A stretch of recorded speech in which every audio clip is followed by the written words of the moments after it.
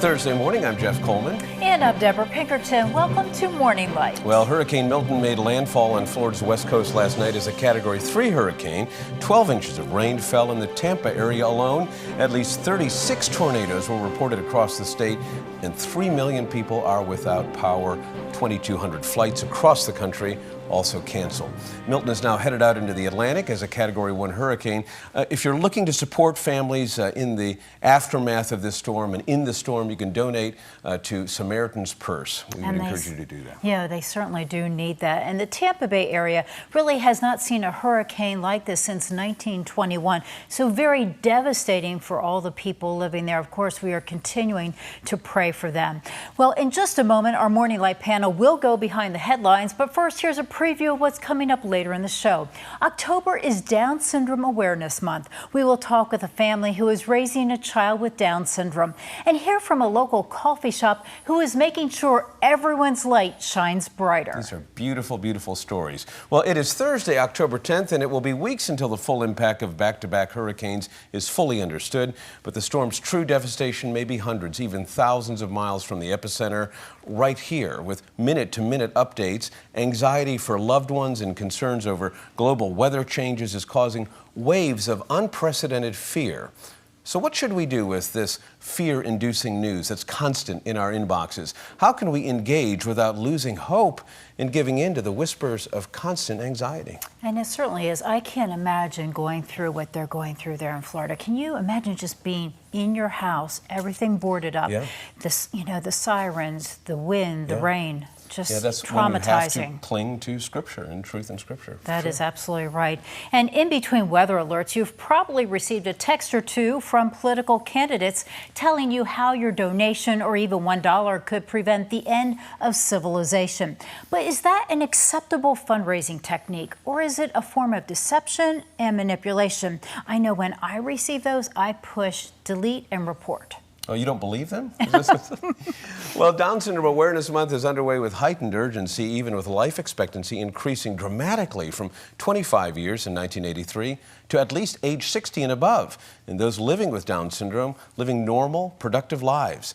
Abortion rates of those pre-diagnosed with the condition remain astonishingly high, in some countries well over 85%.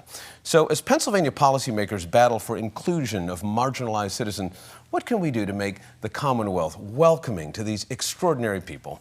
We'll take these questions to our Morning Light panel this morning. Senator Ryan Aument, welcome back. Cynthia Lyons, glad to have you back. Thank you. We've got a lot of great comments from our viewers who've enjoyed your insight this week. Thank you both for being here. So hurricanes and weather patterns and the constant inundation of conversations about climate change and whether it's real or not and how that should impact everything from the leaf blower we buy to the foods we purchase. It's causing a lot of fear. And I think in one direction you can say, well, let's ignore it. And the other is to be consumed by it. Ryan, how do you come down on this, and how do you walk your kids, your dad, through these weather moments? So, two thoughts. First is, it's a reminder that we have to trust in the sovereignty of God. He is on his throne. He has a plan. He has a purpose for his good, for his glory, for our good. And, it's interesting. I served in Iraq back in 2003. And I remember being under fire in relatively intense situations and having a strange sort of peace come over me in the midst of that storm. But then 10 years later, when my wife and I were expecting our first child, being gripped with fear and anxiety. Our first child, that pregnancy ended in a miscarriage. And so when we found out that we were pregnant the second time with our son, Jack, I struggled with fear, struggled with anxiety. Every time we went in for the ultrasound, I feared going in and getting that horrible news that there was not a heartbeat.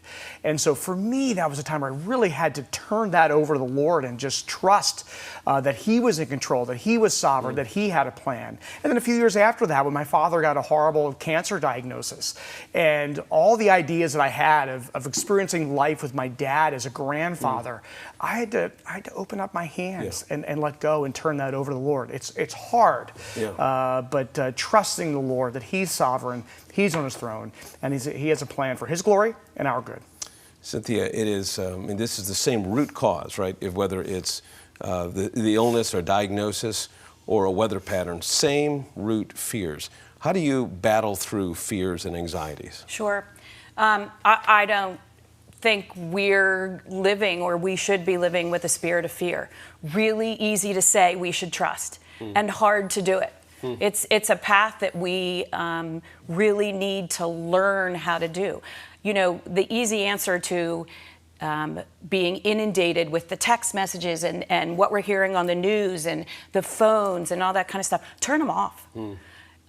We have a number of families right now that will say, I don't turn the news on. Silence is important. It is. I've been blessed. A number of years ago, I heard Lisa Harper speak, and one of the things she said was, why do we pick up our phone before we pick up the Bible?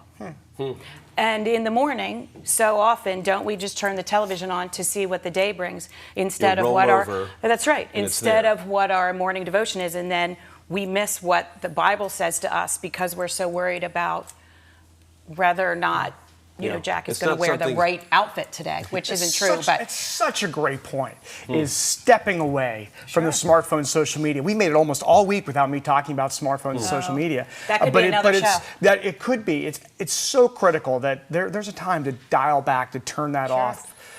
So the politicians have to raise money. They also have to collect data in order to track voters, to know what to send them in terms of messaging in the mail and all that. Text messaging, I called a political consultant this morning and I said, walk me through what you do in text messaging, what the goal of text messaging is, especially when they're saying, send me $15 or $1. And he says it has nothing to do with raising money. It has to do with getting you mobilized and really building and maintaining fear. How do you as a politician struggle with these questions of what messaging to send out, especially in something as intimate as a mobile phone? Yeah, it's a challenge because the pressure to raise money to support campaigns is tremendous. Right. Unless you are have personal wealth where you can write your own check to fund a campaign. Most candidates, myself included, have to hustle, have to go out and work and make the case to donors, small dollar donors, to give money to support a campaign. Right. And there's a lot of pressure. Unfortunately, what campaign consultants will tell you, and what many candidates experience, is that it is fear that drives action. It's not hope. It's not hope. And so I think for the consumer of this information, there's a lesson in that, is to be mindful of your behavior. What is motivating you, calling you to action, to write that check, to give a contribution to a candidate, to support a candidate, to get on an email list? Is it hope? Is it a bold vision for the future? Or is it fear? Unfortunately, it tends to be the fear that move the needle. And it's the subject line really in the text message that comes in that says, if you do not do this, we will lose, or we are behind $1 million. I need you. How do you respond if you're not turning it off and somehow the text message leaks into your world? How do you respond to it? Well, nowadays, doesn't it leak in every 30 seconds? And some of that is our personal responsibility. What can we do to say, because I know Deborah said earlier, she pushes delete and then moves forward. Yeah. Well, we can do that, but then we may not always push delete. So what is our responsibility in what do we want to support? We have to ourselves do some research and know, is this a cause that I want to support? Does this politician support that? And so we have to take some responsibility in that as well. Know why we're donating and to whom we're donating. Sometimes I think people are choosing now between giving to their church, to disaster relief, or to the political candidate who's going to save the world, and that's a tall order. Right. That's exactly. So let's talk a little bit about Down syndrome and this incredible population of people that wherever you encounter you're encountering almost pure joy and no judgment. And this is a culture where people really want to be seen and want to experience no judgment. But the rates of termination of pregnancy through abortion, incredibly high, in some cases up to 100% in Iceland. What's the message to people who are this morning watching and saying, prenatal testing says, the doctor says, I'm not quite sure, this is really scary? So, Jeff, you know, I've been so blessed with a plan that I never thought was going to be mine, with spending a lot of time with a life skills class at the Palmyra High School. And just yesterday, again, God's plan, he allowed me to spend the day with my friend Tyson Poust, and Tyson just turned 16 on Monday. Wow. And we talk about inclusion, and this classroom, and Tyson in particular, is the voice of inclusion. Tyson leaves life skills. He takes a science class, he takes an art class, he takes a political class, a government class. And without some type of inclusion, he would not be included in a program. And he and other life skills students are the personality of the school. And the greatest thing about it is, and again, I can tout that in Palmyra at least, they're doing integrated sports programs. They have a bocce ball team. So it's not just the children with special education needs, but regular education students too. And everybody is being included all together. And that's what makes it work. So it's it shouldn't wonderful. be intimidating? I mean, Well, it sounds like hard work. You know? It is. It's hard work. It's hard work for everybody. Right. You know, where I'm finding, and I was able to meet Brenden, you know, a little earlier, who we'll meet later on the show. It's not as difficult for Brenden. It's not as difficult for Tyson. It's difficult for everybody else that wants to make the inclusion possible. Beautiful. Yeah. Yeah. Take a minute and just, where do we head here in the policy debate in Harrisburg? I mean, shouldn't this be at the center of our conversation? Yeah, and it really starts with, from the government does in fact have a responsibility to protect and support the dignity of life, all life, from the moment of conception to natural death. That should By be. the way, I don't hear too many people, politicians, saying that much lately. Yes. Yeah. I recognize that maybe that's not maybe the most not perhaps politically popular thing to say, but it's absolutely morally correct. And this isn't a political issue. It's the right thing. And government should stand by. And there is a role for folks who are struggling, families who are struggling to support children with intellectual disabilities, other disabilities. There is a role for government in that too, to come alongside and provide support, to make sure that providers are receiving appropriate reimbursement for the services they're providing, that we have workers who are being appropriately paid, so we're recruiting and retaining the very best to provide these much needed services, and we're fully funding special education for children. Beautiful vision. I hope you get a chance to take that to more places than Morning Light, but glad you shared it with us this morning. Thank you both for being with us this morning. Well, thanks to our incredible panel. They'll be back with us tomorrow morning. In just a moment, on Morning Light, raising children brings highs and lows. A family shares their journey of raising a child with Down syndrome.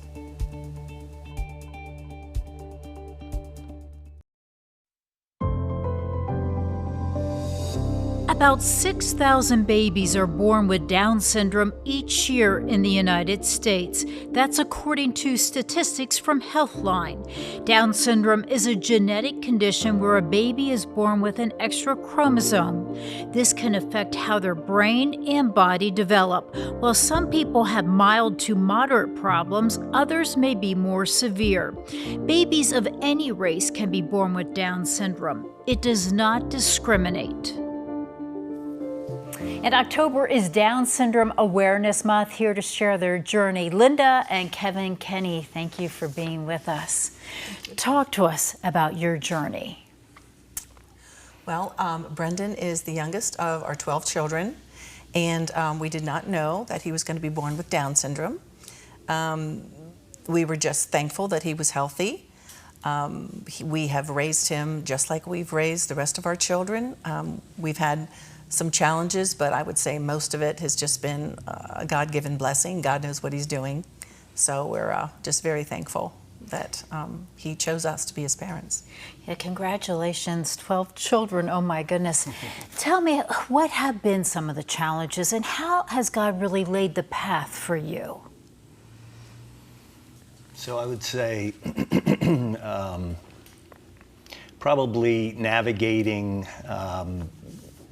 what he understands, what he's capable of, so that our response to any of his actions or behaviors are appropriate. We don't want to come down on something that he doesn't understand. But at the same time, through the years, he has demonstrated that he's very smart, understands a great deal. So we want to make sure that in the right way, we're holding him responsible, accountable for his actions, his words. We want him to grow up to be a responsible person to the extent that he can. And God's given us wisdom. We've had times where we've differed, and then also times that we've eventually pulled together and navigated that, I think, pretty well. We were talking earlier, and strengths, that is something he does have. Talk to me about his strength. Okay, so physical strength. He's very strong. Now that he's graduated, we are more involved in the Special Olympics, and this is the first year that we have entered powerlifting. And several weeks ago, we were at sectionals, and he got 2 gold medals and a silver, and has now qualified for states, which will be at Villanova, November 1st through the 3rd. And that's pretty exciting. His brother, Kurt, is doing some training this month of October, and he's enjoying that to the max. He just loves working with his brother. So we actually have a training session today yet. Oh my goodness, we were watching some pictures or seeing some pictures Yes. of him, and that is wonderful that he's able to do that. So exciting. What are you learning from him? I think we're learning the same thing from Brenden, just kind of amped up, if you will, that we learned from all of our kids, and that is to really birth life in him means we have to lay our own lives down. It's going to mean sacrifice. It's going to mean time and energy that's taken away from things that we might want to choose to do for ourselves that are going to have to be invested in him. And that was the message that I got from the scripture, early on as a father, that if you want to really have life, the path to life in Christianity is through death.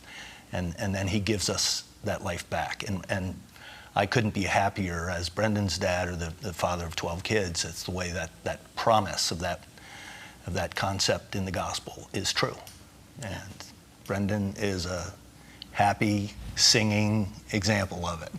Yeah, we're going to be talking to him coming up a little bit later. Very excited to talk to him too. What advice do you have for families who may be facing this same situation or going through this same situation? What advice do you have for them? Well, just pray and seek wisdom, because just like any of our other children, they all have their own personalities. Down syndrome people are no different.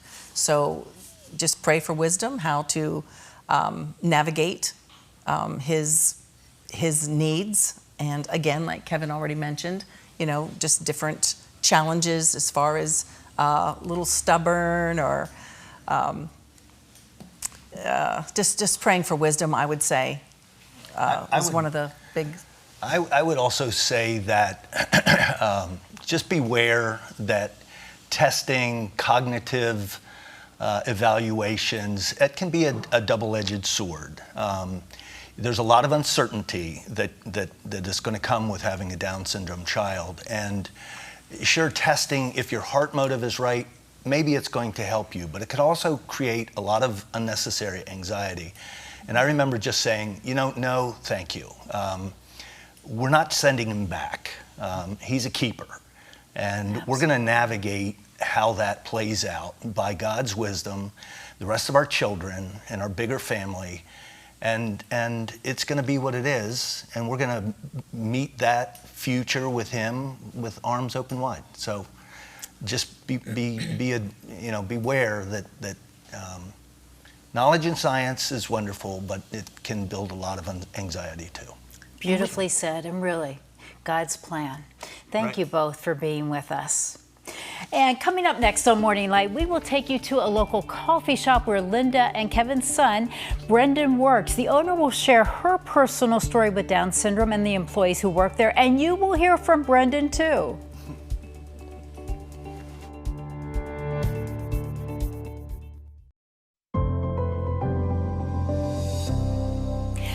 Pennsylvania Coffee Shop is helping people with disabilities like Down syndrome to let their light shine. Joining me now is Kait Gillis, who owns Nour in Camp Hill, and Brenden, who works there. Thank you both for being with us. Thank you for having us. Kait, why don't you talk to me about your journey? How has God helped you through this journey, and what have you opened? Sure. So I have a 3-year-old daughter named Nour who has Down syndrome. And when I found out very early on, 10 weeks, that when I was pregnant, that she would have Down syndrome.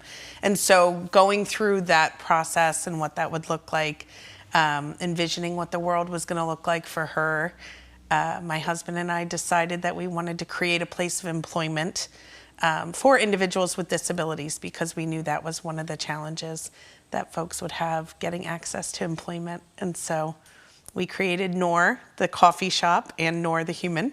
And her name means the light, which we thought was pretty applicable for an individual with Down syndrome. And Brenden, you work there. Tell me, what do you do at Nour? Well, I work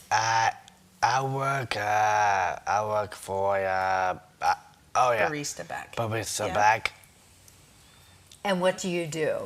and I take orders. And sometimes I like to help make drinks and food. And when I see the customers go up and get them orders. Yeah. And yeah. And you enjoy working there. He's very good at customer service. Everyone loves seeing Brenden there. And what are you learning from Brenden? The same thing I learned from all of my employees, typically developing or not, is the patience. And I'm sort of a person. And so that's been something that I've learned on this journey, especially parenting.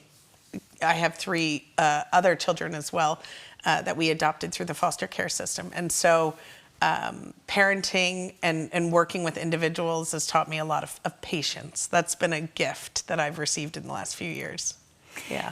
And by watching Brenden and watching his growth and what he's doing, how is this showing you that God does have a plan? Oh, absolutely. It's no question to me. And anyone that knows an individual with Down syndrome knows that. There are no mistakes. And the beauty that comes along with loving someone with Down syndrome is really, it's just such a blessing. And getting to work with people with Down syndrome each day, just besides getting to go home to my daughter, has just been incredible. I get to smile all day long. And Brenden, how does it make you feel to know that you do have a place to work and you can go to Nour every day and work there? Well, I like to make someone have fun and make them happy. Welcome to Nour. Welcome to be here. Yes. And I would say, Kait, what message do you have our viewers who are watching this morning? What kind of advice can you give them? From a human perspective, embrace the beauty that is Down syndrome and get to know individuals that have Down syndrome, because it will change your life for the best, I assure you. From a business or community perspective, support employing individuals with disabilities. I can assure you, as a small business owner, I never have call-offs. I never have people late for work. I never have disgruntled employees. It's a beautiful work environment, and I just hope that other people start to see that and take that into their businesses as well. Well, Kait, thank you so much for setting an example. Thank you. And Brenden, thank you for being with us, and you. good luck there at work. Thank you. And Nour is located in Camp Hill. The coffee shop is open Tuesday through Sunday. And for more information, check out nourcoffee.com. Stay with us. We are back right after the break.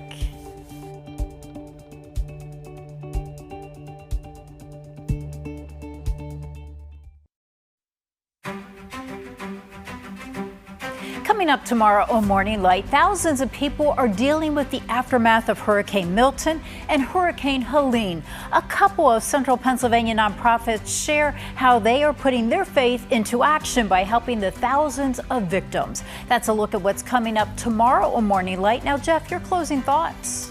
Well, thank you, Deborah. Well, like you, I've learned quite a bit from our conversation about friends and neighbors living with Down syndrome. I've learned because of science and of medicine, so many are leading long, productive lives, bringing incredible joy to the world around them. But I've also learned up to 85, even 90% of babies pre-diagnosed with Down syndrome will never experience their first breath. Too often, advice focuses on the difficult path of parenting children with developmental differences. But there's another side, and I think Tim Tebow says it best. God created people with Downs to show everyone who knows them unconditional love. So let's support Down syndrome neighbors by welcoming them into our lives and accepting them for who they are, gifts from God. For Deborah and the entire Morning Light team, I'm Jeff Coleman. Thanks for watching. God willing, we'll see you again tomorrow morning.